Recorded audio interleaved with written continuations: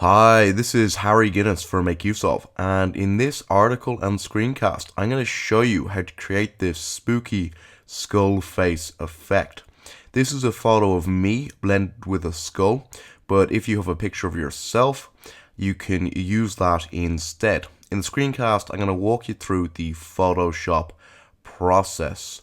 So, first thing I'm going to do is I'm going to load the files we're going to use. So I'm going to go to File, and then Scripts, and then load files into stack. Then I'm going to go browse, and you should have downloaded the MU Scary images. So we've got skull base and skull. So we're going to grab both of them, click open, and then OK, and they're going to be loaded into a new Photoshop document as layers. You can see they're slightly different sizes, so I'm just going to reposition these. I'm going to click on skull, drag it above skull base, then hit Command or Control T to transform the skull. Click on one of the corner handles and hold down Shift to constrain the proportions of it, and just drag it so it's a little bit smaller than the photo of my or your face. Press Return or Enter to accept that. Then I'm going to go to Image, and then Trim, and then Transparent Pixels, just to crop this down, get rid of the transparent pixels so that we've got the skull and the skull base layers. First thing I need to do is to line up this skull with my face. Now this obviously isn't my skull, so the proportions are going to be a little bit off, so it's going to require a bit of tweaking. I'm going to grab the Move tool by pressing the V key, and I'm going to lower the opacity of the skull layer down to about 50% so I can see what I'm working with. And what I want to do is I want to align the facial features of the skull with my facial features. So we've got the nose and the eyes and things like that to work with. So I'm just going to drag it around until we get to roughly where we need to be. So that nose is probably in a bit of position, but the eye sockets aren't quite big enough. So I'm going to grab the left handle here and just widen the face a bit. Push it back to the right a bit to align the center with the nose, and bring that to about there.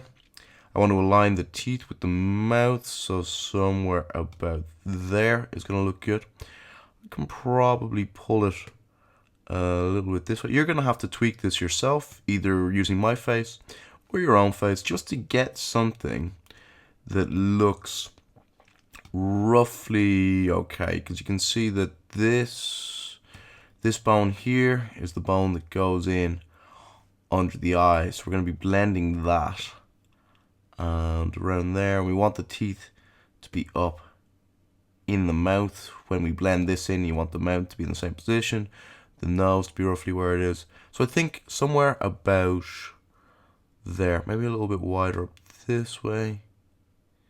Yeah, I think this is going to give us a really good effect. I can always come back in and tweak this some more if I need to. So I'm going to push Return or Enter to accept that. Increase the opacity back up to 100%.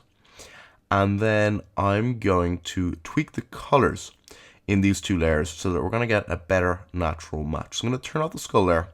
I'm going to work on the skull base to start with. So I'm going to select the skull base layer. Then I'm going to select a hue or saturation adjustment. Now I only want the hue saturation adjustment to affect the skull base layer, so I'm going to use a clipping mask which will limit it to the layer it's clipped to. So I'm going to right click, then I'm going to click Create Clipping Mask, and there we have it connected. So any changes I make will only affect the skull base layer. This is going to be more important when we work on the skull layer, because then they won't bleed through down to the skull base layer. So what I want to do is I want to pull down the reds, yellows, and magentas in this image. They're a little too saturated in this edit for the effect we're going to be going to. So reds, I'm going to pull down roughly by about 20 points. I've done this edit twice already, so I have an idea where I'm going. If you're just starting off with your own face, you're going to want to tweak them around a bit, see where works for you. Again, yellows I'm pulling down by about 20. And then the magentas, which you can sort of see in the cheeks and forehead, I'm just going to pull down by about 13, 14. So this is just having a small but important effect. It's just pulling out a lot of the red. The skull is obviously going to be quite white and bony, so we don't want some really big saturation changes when they blend together. Now we're going to do the same thing for the skull layer. Just going to turn the skull layer back on. I'm going to select it, and then I'm going to select a hue saturation layer, and we're going to clip that. You can also hold down Option or Alt, and then click on the gap between the two layers like that to create the clipping mask. You don't have to right click and go to create clipping mask. Again, I have a rough idea of what I want to do with this. It's much too yellow and saturated. We want this to kind of be a bony, live skull rather than something that's been rotting for too long. So I'm going to pull the saturation down to about -60. So we're going to really desaturate this quite a lot. And then we're going to do the same with the yellows. We're going to pull this down to about -50 because there's a lot of yellow still in there. And then there's a little bit of reds which are in the orange. So we're going to pull that down to about -30 odd. So there's still a little bit of color there. If I turn that off and on, you've still got this color in here. It just looks a lot whiter and bonier. Next, we're going to grab a curves layer, and we're going to clip that there. I'm just going to brighten up a lot of the shadows. This the exposure on the skull layer is a lot darker, so I'm going to push them up there, and then I'm just going to pull the highlights back down because we don't want them blowing out too much. And something like that is going to work well for the time being because that just makes it white and bony, and we can blend that, and then we'll work on the contrast for the overall image. So next I'm going to blend the skull and my face together. So I'm going to click on the skull layer, and then I'm going to use a layer mask. With a layer mask, you paint in either black or white or a lower opacity of either, so that you're painting with grey. And whatever is painted in black is concealed, and whatever's painted in white is revealed. So if I fill that layer mask with black using Option Delete or Alt Backspace on a PC to fill with the foreground color, you can see the layer mask goes to black and none of the skull is visible. If I grab the brush tool by pushing the B key, and then I switch my foreground and background colors with the X key, and then I paint in, so this brush is at a flow of 20%, so it's going to build up the effect. Sorry, I'm using a Wacom tablet, so if I touch it with my hand, we get some interesting effects like that. So if I paint in with white now, you're going to start to see the skull become more and more visible. That actually looks kind of cool. I'm going to undo that because we're going to paint it in a little bit more carefully. But this is the idea that we're going for. So we don't want to paint the skull in everywhere. We want to get in a few features. So what I did before was I painted in this eye, the nose, and the mouth, and then kept a lot of the jaw structure from my face. And I think that's what I want to do again. So we're going to paint with a flow of 20% so that it builds up, an opacity of 100% so that it builds all the way up. If the opacity was 50%, then it would only build up to 50%. We don't want things like the eye showing through. We can have a bit of feathering on the skin areas and things like that. That will look quite good when there's lower opacity.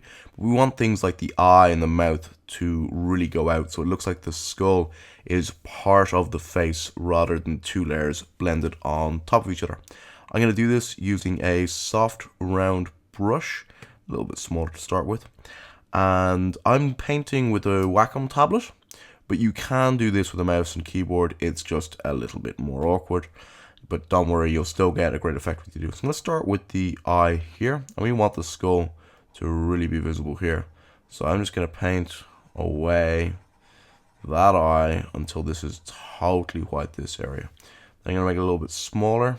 You're going to be going back and forth, painting with white, painting with black. So we want to fill this nose area in, and then down into the mouth so that we've got these nasty teeth coming in.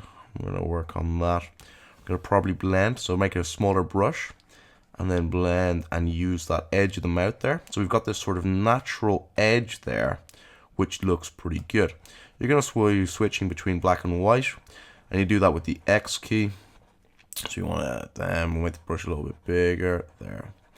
Blend down. Blending that skin in nicely, and just using the feathered brush and just working through until you get the effects you're looking for. So we want to make it a little bit bigger and softer there. And yeah, blend that in. I like that. Blend in there. You can always lower the opacity if you want to blend in a little bit. So I'm just going to drop the opacity to 40% by pushing 40 there, and then just blend a little bit on that cheek there so that we've got the skin starting to show through. And then we need to sort this jawline here. So I'm going to switch to black by pushing the X key. If you don't see black and white in the swatches over here, you can push D to go back to your defaults. So we want to get rid of this little jut of bone here. So I'm going to paint with black. I'm going to push 0 to bring my opacity back up to 100%. And then there. Looks pretty good. I want a bit more feather there. So we're going to make the brush a little bigger. Just paint in gently there so that we've got that blend between the skull and the face. So then we're going to do the same up here, just painting gently in with the skull. Nice big feather there so that we've got this subtle blend coming in between the two. And yeah, I think this is starting to really look quite good. We're gonna really bring in that there a little bit, get that eyebrow on there, and then just going back and forward as required, just making sure that the really important bits like the hole for the eye here, the mouth, and the hole for the nose are largely one or the other. You know, this eye I don't want to see any skull in, this eye I don't want to see any face in. And so we're gonna just push that back there. Yep. And I'm gonna zoom out, Command 0 or Control 0 on a PC to look at the effect we've got. Okay, I kind of want to make this a little bit subtler over here by the ear. So just gonna paint that in. And then yeah, I think that is that's looking really good. It's a little bit different to the first one that I did, I think. Let's see what happens if I paint in more of this. No, I think less of that down into the teeth. So we gotta have a bit of skin coming down into the teeth here. And just working back and forwards. This is the sort of thing that, you know, you can put as much or as little time into playing with as you want. You know, you could always just drop a photo of yourself in as the bottom layer, move it, position it, and then use my layer mask for this, if you can get them to line up correctly. Or you can, of course, spend ages being really careful in making this a really perfect and accurate blend with lots of facial features. You know, if you really wanted to go all out, you could get some skin textures and make sure that, you know, you've got some peeling skin or something at the blends. So I think that looks pretty good for what we're doing now. You could spend a little bit more time on this and really work on that mouth and getting everything look perfect. But I think that's going to do very nicely for what we're trying to achieve in this screencast. So now we need to start working on the overall look of the image, making sure everything works together. So what I'm going to do is I'm going to create a new layer by holding down Command Shift N. I've clicked on the top layer to make sure this new layer goes to the top. And we're going to call this layer Dodge and Burn. Dodging and burning is a technique where you selectively darken or brighten areas of the image. So we're going to change the layer blending mode of this layer to soft light. And then we're going to grab the brush tool again. And what happens is, if you paint with black, you're going to darken the image. And if you paint with white, you're going to brighten it. So I'm going to swap to black. And you can see that as I paint there, it gets darker and darker and darker. And swap to white, and when I paint there, it gets brighter and brighter and brighter. I'm going to press Command Option Z or Control Alt Z twice to undo that very ugly change we've made to the image. But this is the effect we're going to use, and we're going to use this to selectively brighten and darken areas of the skull. This is a really powerful technique that I use a lot when I'm making portraits to make sure that I'm pulling focus where I want. So I want this eye socket to be a lot darker. So using black, I'm just going to paint some black in here. And I sort of feel the same way about the bone structure in here. We want this to sort of fade to nothing. And then again with the mouth here. On the flip side of things, I kind of want these teeth to be a bit brighter. I want to pull focus to them, so swap to white. I'm going to paint in this effect on all these teeth. And we can do the same around the edge of the nose like this. So we're pulling focus on the edge of this eye socket. And I'm going to have to swap back to black just to paint away some of the effect there. You're always with Photoshop going to be swapping back and forth and working things as you go. So it's a really subtle effect when you look at it as you've done it. But if you turn it off and on, you can see it makes quite a big change. I'm going to lower the opacity of that down to about 40%. You know, it's easy to go overboard with tools like this, so it's always a good idea to dial them back a little when you've done. And yeah, I like that effect. That just makes that eye socket look a bit darker and scarier, and those teeth, you know, those really, really horrible looking teeth really pop now. So this is sort of the blend done. I think it looks really good. Now the main thing to do next, I just noticed the problem with our layer mask there.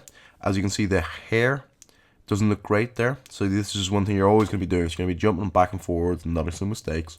So I'm just going to paint black there to get rid of that little bit of skull from the hair. Looks a little better there. So yeah, you're always going to be going back and forth to the bits you've done. But yeah, so the only thing left to do really is to finish this image off by applying some effects over the top of everything that are going to bring them together, that are going to unite them with color and contrast. So it looks like they're part of the same image rather than two separate images blended together. So the first thing we're going to do is we're going to grab another curves layer. Now we're not going to clip this one because we want it to affect the whole image. And with this one, I'm just going to add a little bit of contrast. So I'm going to pull down the shadows and push up the highlights just a little bit. So something like that is just going to add a little bit more contrast to the image. I'm going to change the blend mode to luminosity.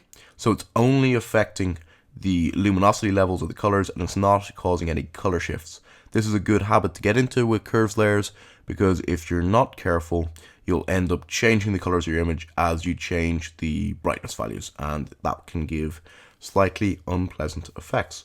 So that's just adding a simple little bit of contrast. Next, we're going to unite the colors. And I'm going to use a gradient map layer adjustment to do this. So I can never remember which one is the actual, there we go, the actual little icon for it. It's the gradient map. And what this does is it replaces every color of a certain luminosity value with a different color. So right now we've got a black to white gradient selected here. So every dark color is being replaced with a black value and every brighter color is being replaced with a whiter color. So you can see that it blends to gray in the middle. It's a really, really powerful adjustment layer because you can selectively adjust things by their color values. So I'm going to double click on that gradient so that we get to the gradient editor. And then I click on these little tabs here to change the color values. So again, I've played around with this so I know what I want. So I'm going to just dial them in. But when I was doing this originally, I was just using the little color picker here. So I knew I wanted a blue of some description. So I went to the blue here and I clicked and dragged around until I found the effect I wanted. And you can see the preview here, what's happening. So for the first color, I want a hue value of 192, a saturation value of 91, and a brightness value of 10. So we've got this sort of dark blue, sort of a dark gray blue. And then I'm going to click OK. And then for the lighter color, double click on that. You're going to also want a sort of blue. So the hue value is 217. The saturation is 14, and the brightness is 97.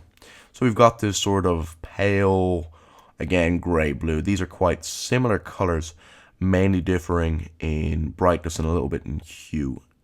So click OK. And then this little diamond here, you use for adjusting where you want the midpoint to be. So if you pull that back that way, you get a lot more of the paler color. But we're going to do the opposite. We're going to pull it the other way because this is already quite a dark image. So we really want to make sure that we're working with where we want our point to be. Now again, this preview is going to look kind of weird because it's at 100% and it's replacing every color. That's not what we're going to actually have the final effect be. So yeah, somewhere around there, it looks good. Most of the paler values are limited to the skin and the skull, whereas the darker values are in the darker areas. So click OK. First thing I'm going to do now is change the blend mode of this to color. As I was saying about a curve layer affecting the luminosity values, you have the opposite effect when you've got a color layer and you're blending it like that. It means that it's going to affect the luminosity values instead of the color values. So then we're going to lower the opacity as well, down to about 22%, or 27% as the case may be. So what this is doing is adding those colors into the shadows and the highlights. So if I turn this off and turn this on, you can see that it's adding that blue effect all over the image, but it's adding it where we want it, and it's creating this kind of united color palette. You know, you can see that if you look at where the skull and the face blend, and with them on like that, they look a little bit more separate and distinct from each other. But when you turn that on, you can see that the color at the join becomes much more similar, and the blend looks a lot more subtle. So this is coming up to the final image. There's two things I want to do. The first is I want to use the image to add contrast to itself, and then I want to sharpen it. So I'm going to create a new layer with, again, Command Shift N or Control Shift N, and click OK. And then I'm going to create a stamp visible layer, which creates a copy of all the work we've done and pastes it on the new layer. You kind of have to mash your fist to do this. The keyboard shortcut is Command Option Shift E. Push that and it should be pasted onto that new layer. On a PC, it's going to be Control Alt Shift E. And if I turn that off and on, you won't see any effect because that is everything we've done so far. Now I'm going to change the blend mode to soft light. This was the blend mode we used for the dodge and burn layer, and you can see it already has a similar effect. Everything that's dark in that image is making things darker. Everything that's bright in that image is making things brighter. This kind of looks cool, but the effect is way too much. So we're just going to dial that back to somewhere in the 20s.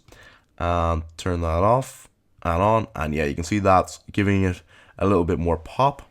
It's a really nice technique if you feel you want to add a little bit more contrast to an image, just to use itself as a really handy way of controlling where the effect occurs. And then we're going to do the exact same thing, create a new layer. Okay, and then Command Option Shift E, create a new merge visible. We're going to change the layer mode of this to overlay, and then we're going to run a high pass filter.